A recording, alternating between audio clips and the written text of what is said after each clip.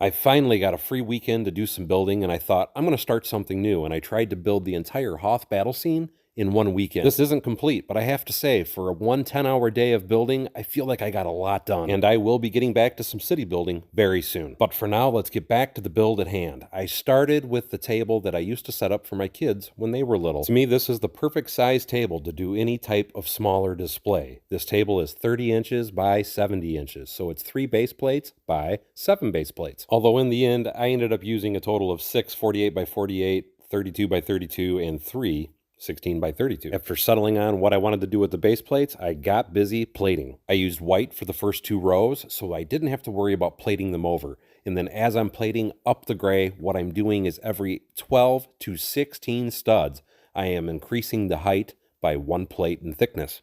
The reason I decided to do it this way is because I wanted it to gradually increase in height as I approached the bay doors, so that way it would be easy to put in the trench for all the rebel fighters. I initially started out by using 4x4 plates, and I thought, you know what, this is such a waste in pieces, so I decided to pull up what I already had. I went and grabbed some of my 16x16 plates, relocated some of the 2x2 plates and bricks, put them down instead. It saved me a ton of space on parts. And just to explain how I'm spacing this, when you use the 4x4 plates to make a mills plate, you have to use a total of 64 4x4s and a total of 64 2x2 bricks. Where if you're going to use a 16x16, you only need 9 2x2 bricks for every 16x16 square. So it saves you a ton of parts. Not really cost, but it does save you on parts. After I got everything built up to the level I thought it would be, I went ahead and roughed up what I was going to do for the trench. And I didn't like where I initially placed it.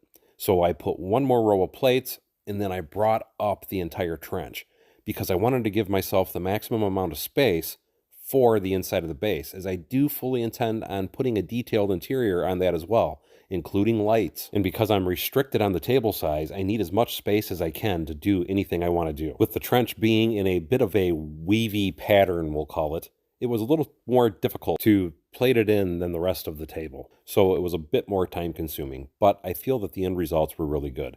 And part of my intention was to have the front side of the trench a little bit higher than the back side, as you want to have more protection on the front side where the assaults will be coming from the Empire. Now for the area where the Hoth Rebel base will be located, and I am doing the same thing I just showed you earlier for using 16x16s.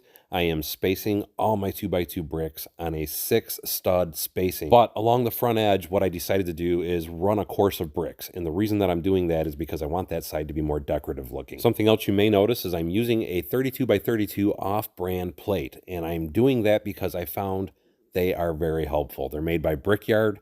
I find them to be very useful, and they're very inexpensive, and they come in a variety of colors. I will have a link below in the description and in the comments of this video if you're interested in purchasing those for yourself as well. Now, I had a bit more work to do to finish filling in the rest of the top of the platform, and a lot of this because it is, again, it's a little bit of a wavy pattern for that trench. I had to use a combination of 4x4s, 4x8s, 4x6s.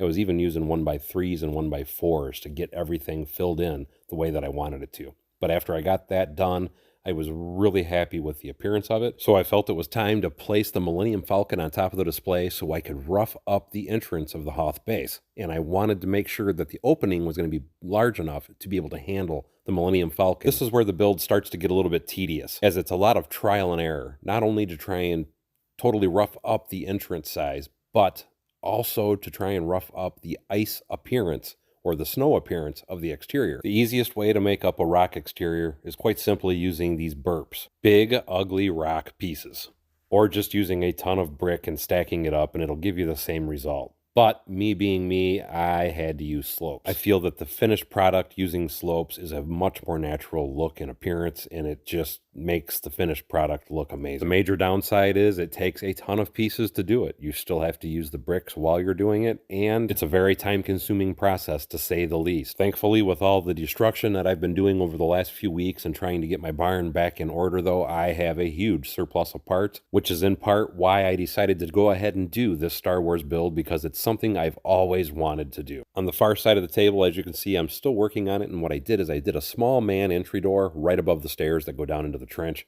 And now on this side of the table, I wanted to do a small shield generator. So what I ended up doing on this side is I built kind of a cliff, we'll call it, just a very small platform to put the shield generator on it. Personally, I would have liked to have made a much bigger area for a larger shield generator, but because I am restricted on size, again, this is a 30-inch by 70-inch table. I want to be able to pack as much details as possible into the build and not have to use a ton of space. So I had to make a small compromise, and I made those small little shield generator pieces. To quickly explain how I built them, it's a combination of 3 different styles of sloped bricks, 2 different styles of snap bricks, 2 different styles of wedge plates, and lastly, some of the little tiles. To me, for a small build, I felt it gave enough character to get my point across so people know what that is. Now, technically, I should have 4 different ridges coming across, but again, I am so restricted on space. I just ran with the 3 and thought, you know what, it looks pretty good this way.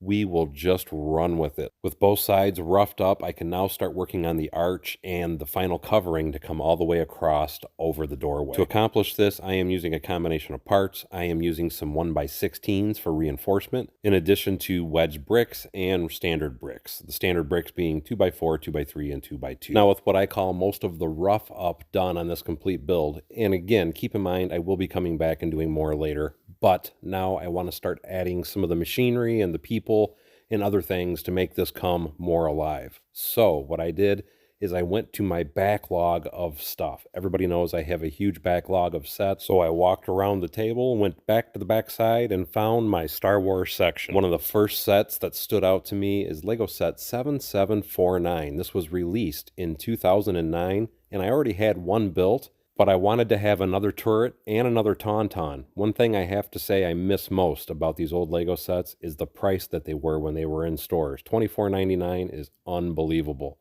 Anyway, now let's rip this bad boy open. And yes, I do open and build all of my retired sets when I finally get around to it. And to me, personally, it's about time, because the reason I bought 2 of these sets when they were available in stores was because I wanted to recreate the scene where he's rescued from the Wampa.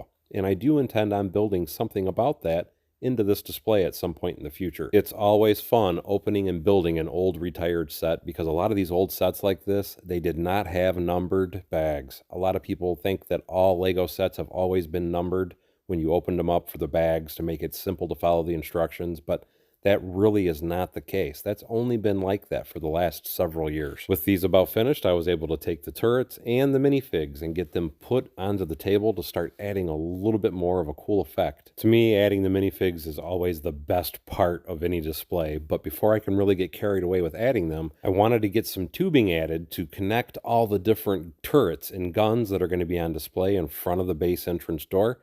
Luckily, this particular set came with some of the tubing already, but I also have some tubing that I keep in stock in my shelves for cases just like this. The final little detail to add was the little grating, which I used 1x2 grill pieces, and now we can get to worrying about the bay door.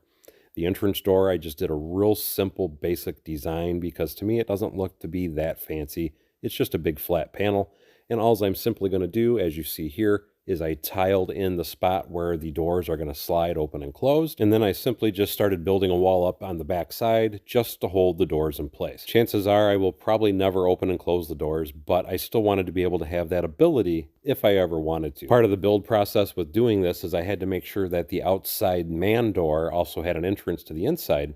And another thing that I wanted to do is I didn't want to exactly match the inside slopes to the outside slopes, because I wanted to give it a little depth. So when I'm taking pictures from the outside or inside of Echo Base, the slopes are on different angles, so it will give you that natural effect of the snow buildup, and it doesn't look mechanical or man-made. But with that finally in place, now we can get to adding all the minifigs to the table. I'm really happy with how everything turned out, minifigs and all. To me, it looks really good for only having 10 hours invested.